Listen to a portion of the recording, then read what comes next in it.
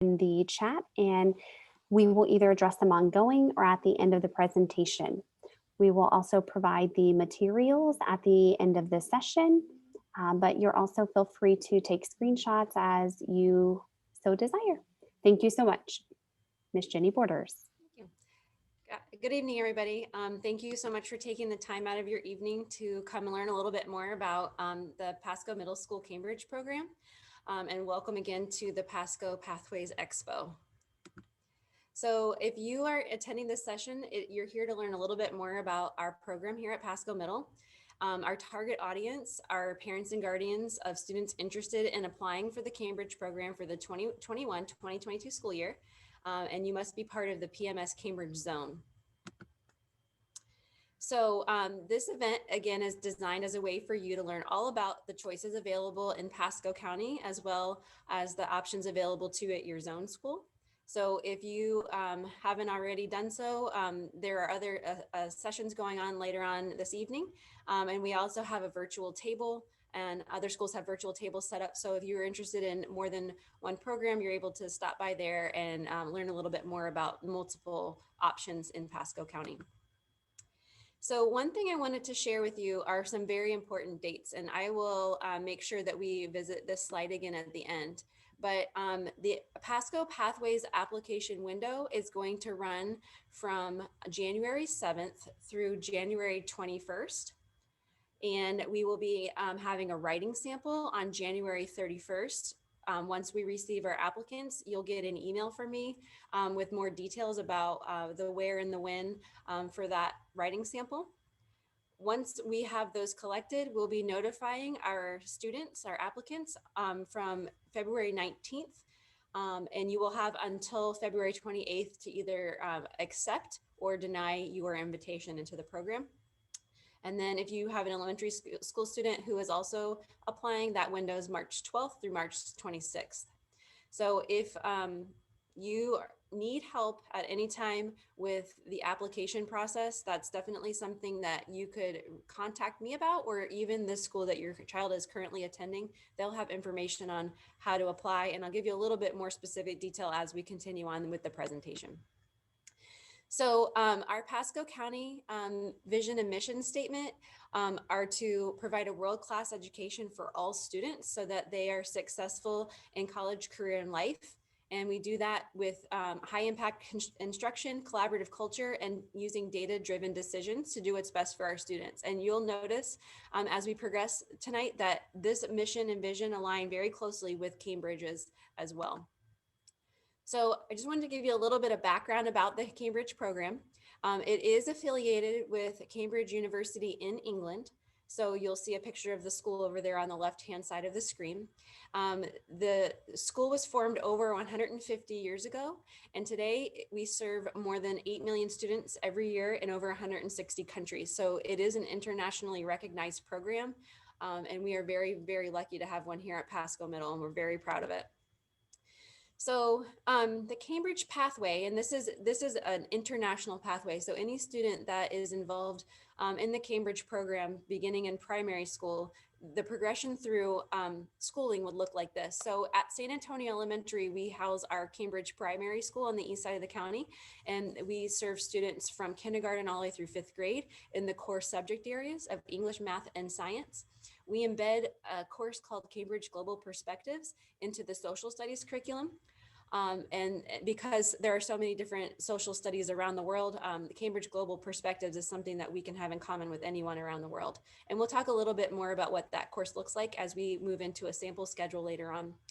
After students articulate from 5th into 6th grade, they are in what is known as Cambridge Lower Secondary. So if you are here with a 5th grade student, they would be moving in from 5th grade into the Cambridge Lower Secondary, and that's our 6th, 7th, and 8th graders.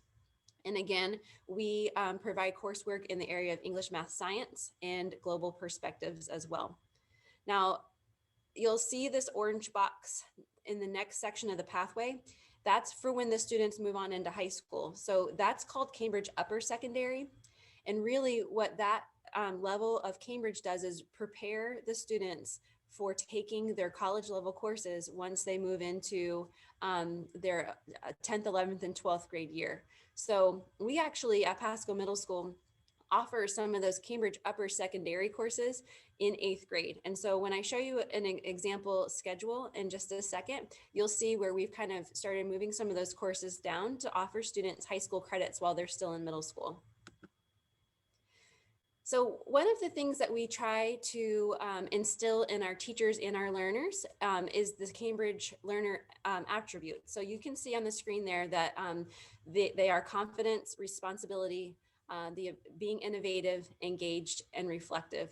And so number one, the confidence attribute is something that I think all students who are in middle school struggle with. So we really try to, build the students up and make sure that they're able to express their opinion with, text evidence or explain their reasoning behind things so that they're confident in their learning and they're confident with their opinion and but they can have mature and responsible conversations around those things.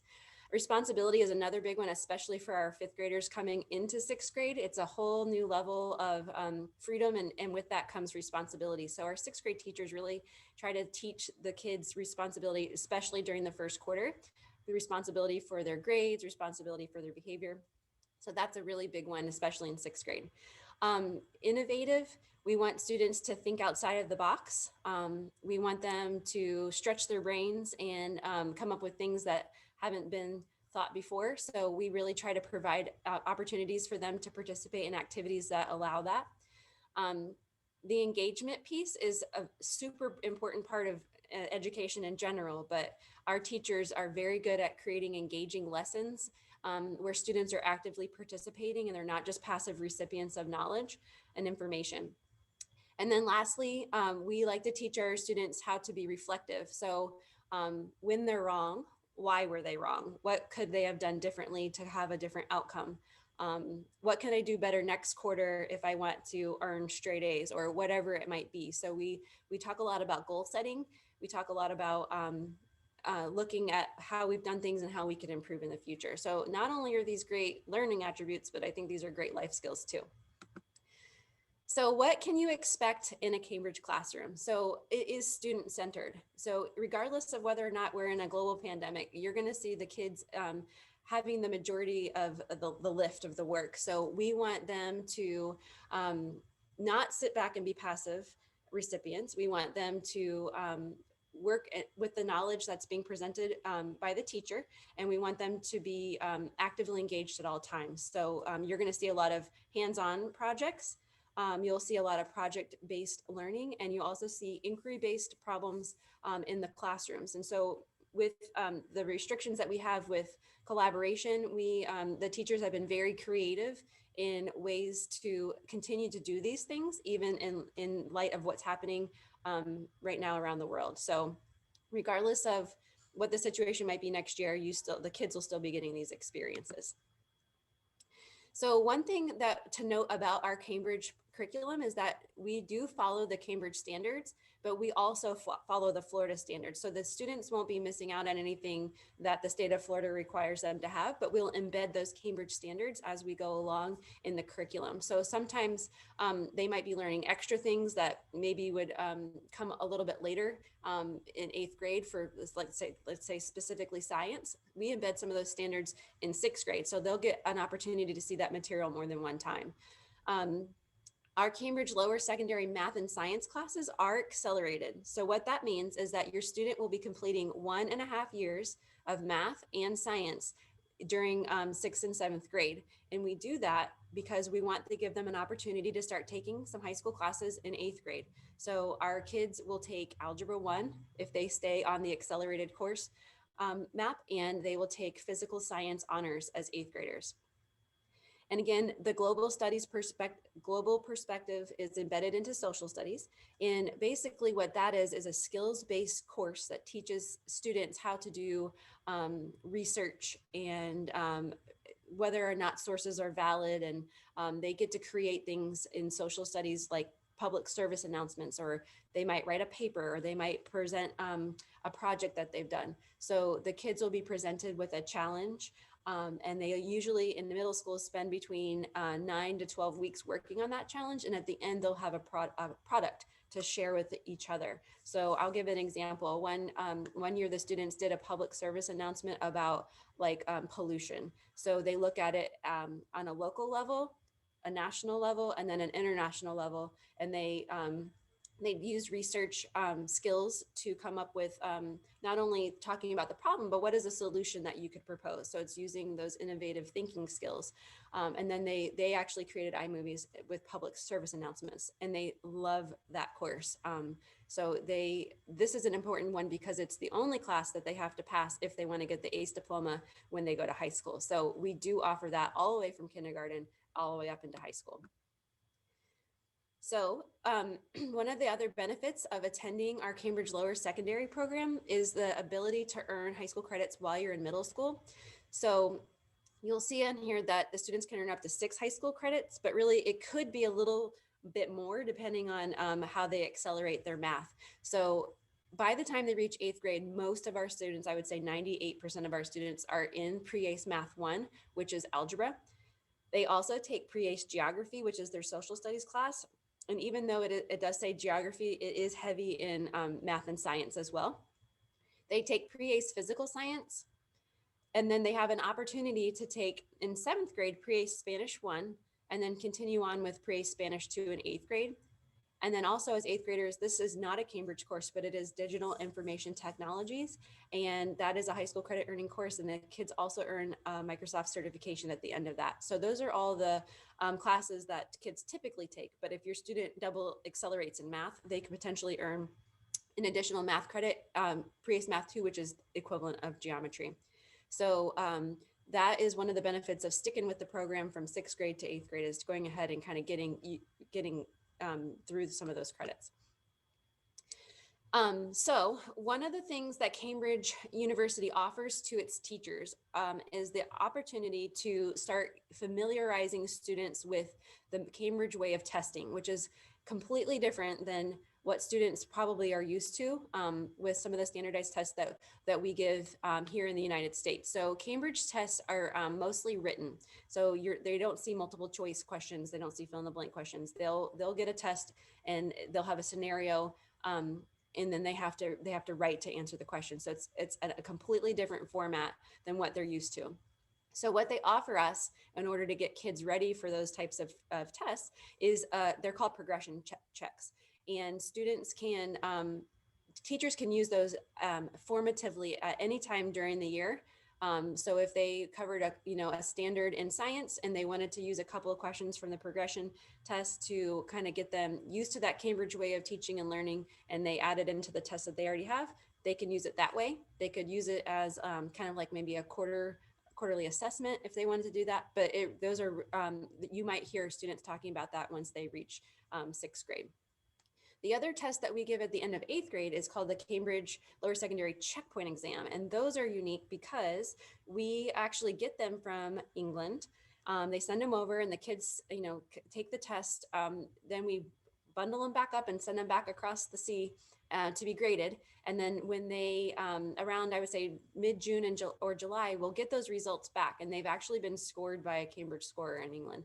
And those assessments are really nice because it'll give them individual feedback, and it helps them know where is their area of strength and where would be an area of growth for them. So it'll give them very specific details about how they performed on each item on the test. It also gives the school some data that look at where could we use some improvement. So that's also nice data for us to have. And then we send that on to the high school. So those checkpoints come at the end of 8th grade, and they are, like I said before, really nice because the kids get an opportunity to see what is it going to look like when I take those exams when I get into 10th, 11th, and 12th grade. So this is a sample schedule for our 6th grade students coming in. You can see that the 4 core classes are Cambridge courses with accelerated math and science. And then our US history course, of course, with the global perspectives embedded in it, as well as Cambridge ELA. All 6th grade students have to take 1 semester of health, and then they get to have elective choice for the second half of the year and then the elective choice number 2. So they can potentially have 3 choices for electives. And that is typically one of the things that kids are the most excited about when they come to middle school, because they get to have a little bit of voice about what they're taking in school. So some of the electives that we offer besides health are chorus, band, agriculture, coding, art, and we have our computer applications of business 1 and 2 as well. So those are some fun things for and PE. I can't forget that one. So the kids do enjoy being able to have some choice when they get those schedule cards at the end of 5th grade. This is what 7th grade will look like. And so you'll see that it looks exactly the same in 7th grade. Their elective choices in 7th grade could include Spanish 1. We don't allow 6th graders to take Spanish 1 for the most part, because if they begin that course, that starts their high school GPA. And we just feel like it's in the best interest of the student to kind of get used to middle school before you add the stress of taking a high school class. 7th graders also take Cambridge Civics, and that is a course that has an EOC. So that is a really important class for 7th graders to do well in, so that they can pass that civics test at the end of the year. And so this is where things start to get a little bit different. So you'll see that 3 out of their 4 core classes are high school credit earning courses. Like I said, we have Pre-ACE Math 1, Cambridge GLA, physical science, and then geography with global perspectives. And again, they have their elective choices. So really briefly, there's a lot of acronyms associated with Cambridge, but when I say Pre-ACE, that stands for Advanced International Certificate of Education. And that really is what the kids are striving to earn by the time that they graduate from high school, is their ACE diploma. And if they earn that diploma, there are so many benefits. So I'm going to talk to you a little bit about that in just a second. But you might see that also called IGCSE, which is the International General Certificate of Secondary Education. But really, anytime you see Pre-ACE, or IGSE is what we call it, those are those prep classes that are going to get them ready for the college level courses. So if you're interested in this, these are some of the things that we take a look at when we receive our applications. We do look at report card grades, and typically kids who earn A's and B's in their 5th grade year are the most successful in the program. And we really just strive to make decisions that are best for kids. So in the 5 or 6 years that we've been doing this, these are the criteria that really kind of like tell us whether students will be successful. So looking at the grades are really important. We do take a look at standardized test data, but I know kids didn't get to take those last year. So sometimes when the data is current, we take a look at the FSA, but the district recently started taking something called the NWEA map test, and that has really great data. So I actually really love that. It's very specific data. So we'll be taking a look at that testing data, and then we want to see proficiency on a writing task. So all 3 of those components combined will give us a pretty well-rounded view of your student and whether or not they have the potential to be successful in the program. I want to talk a little bit about the writing task. I know I mentioned the date earlier. The writing task is going to be something that they will be able to answer without having to read a document. It's not a document-based question or task at all. So the task will be something that they can write about, because it will be about themselves. So it's not a high stress situation. So I know sometimes some of our kids can get stressed out about that type of thing, but really they just need to relax. It'll be okay. It's not something that's going to be super hard or tricky, I promise. One of the things that we get asked about quite frequently is transportation, because I know that Pasco Middle School is very far away for some people who live in the Wesley Chapel area. So we do provide transportation hubs, and those are currently at Wesley Chapel High, Wiregrass Ranch High School, Zephyr Hills High School, and then Centennial Middle School.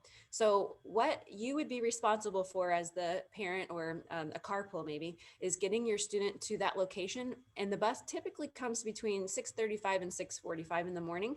From there, the students will ride the bus to Pasco Middle School. They don't make any additional stops along the way, since it is kind of a long bus ride. It's about 25 or 30 minutes, depending on which stop you're coming from.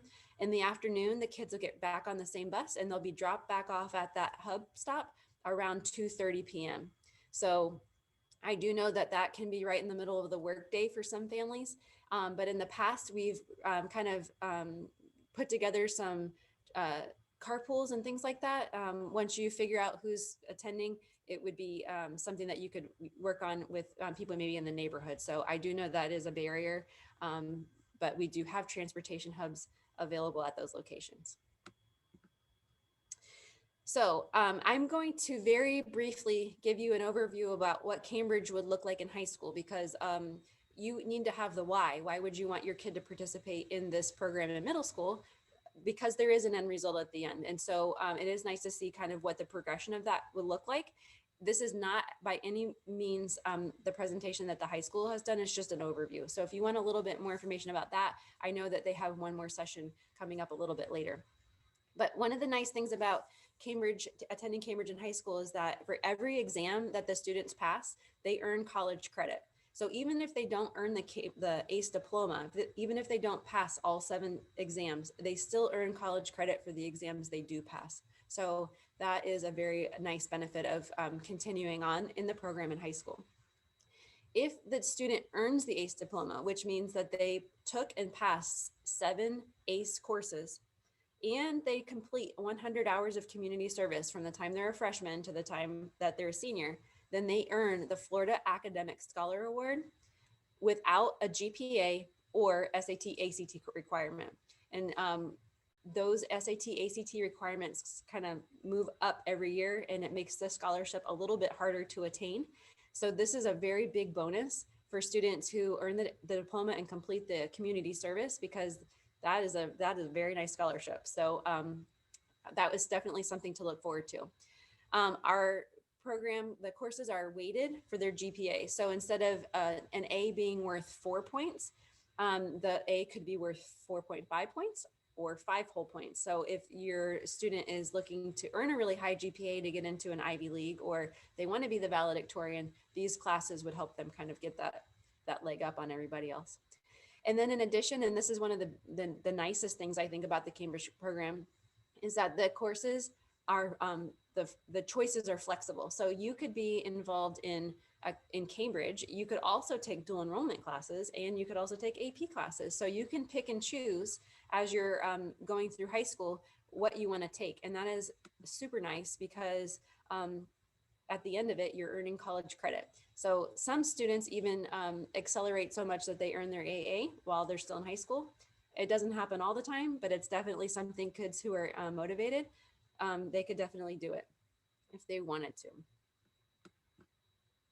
All right, so this is a little bit a closer look at how to earn the ACE diploma.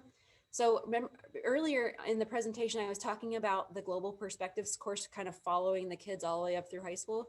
And it's the only class they have to pass, or they have to take and pass in order to earn the diploma. So they have to take 7 total, and Global Perspectives is the only must.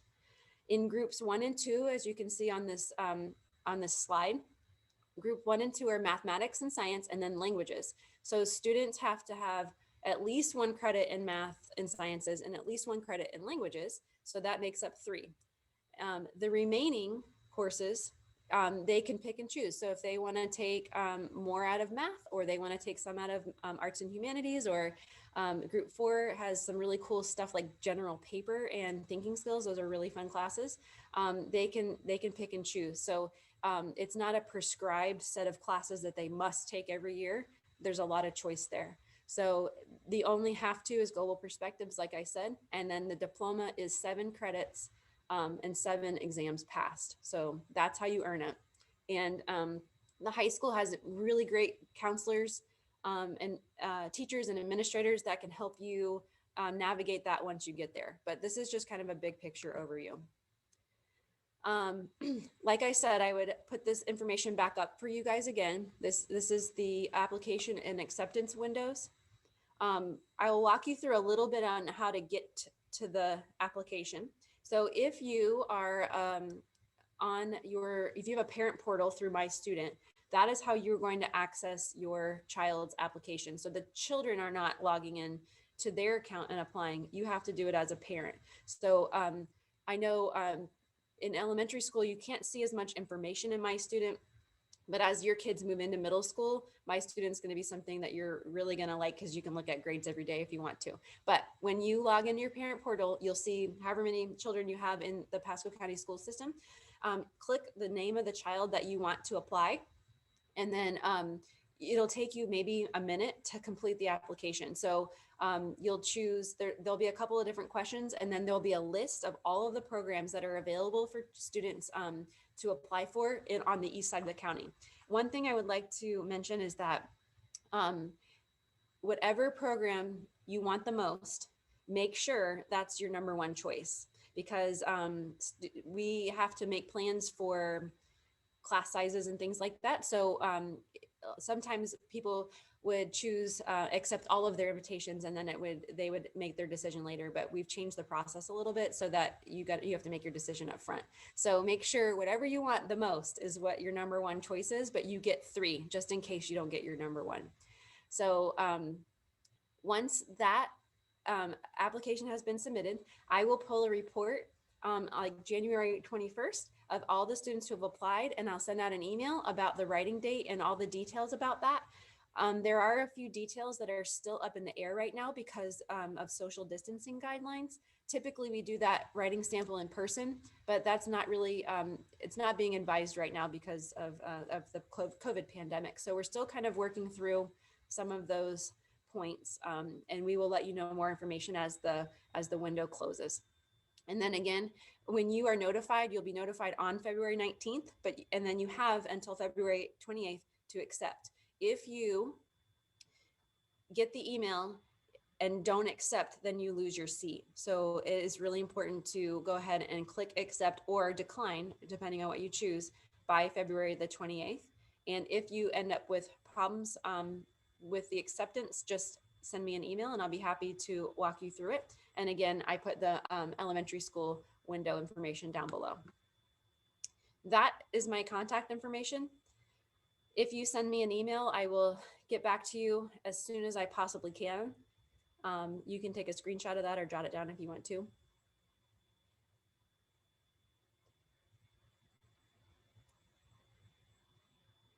And I'm pretty sure that was my last slide. Yes, so that's my contact information if you think of any questions that you have after we end this meeting tonight. But at this point, if you have questions, or I'd be happy to take those.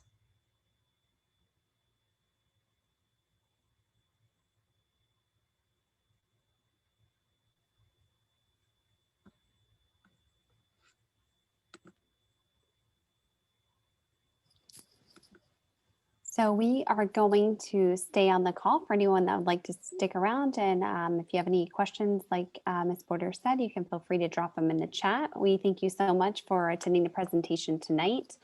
In addition to Ms. Porter's email, there is a contact email address that you can grab from the chat below, pathwaysexpo@pasco.k12.fl.us. If you think of anything related to Cambridge program or otherwise for the Pasco Pathways.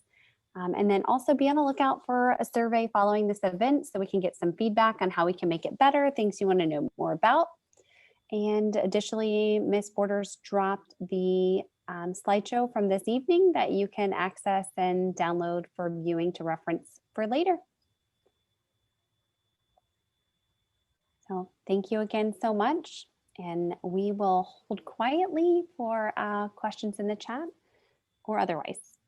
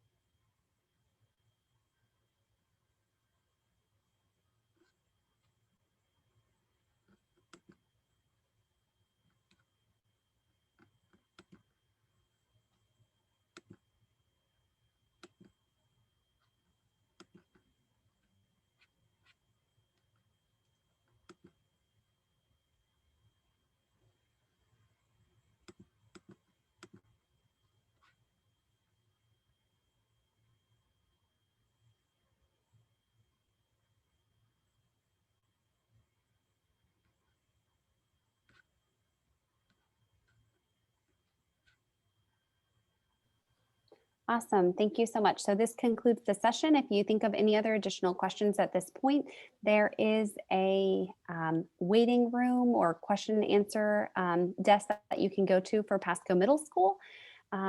Or again, you have the couple of email contacts that you can reach out. We hope you have a great evening and enjoy the remainder of your sessions and night.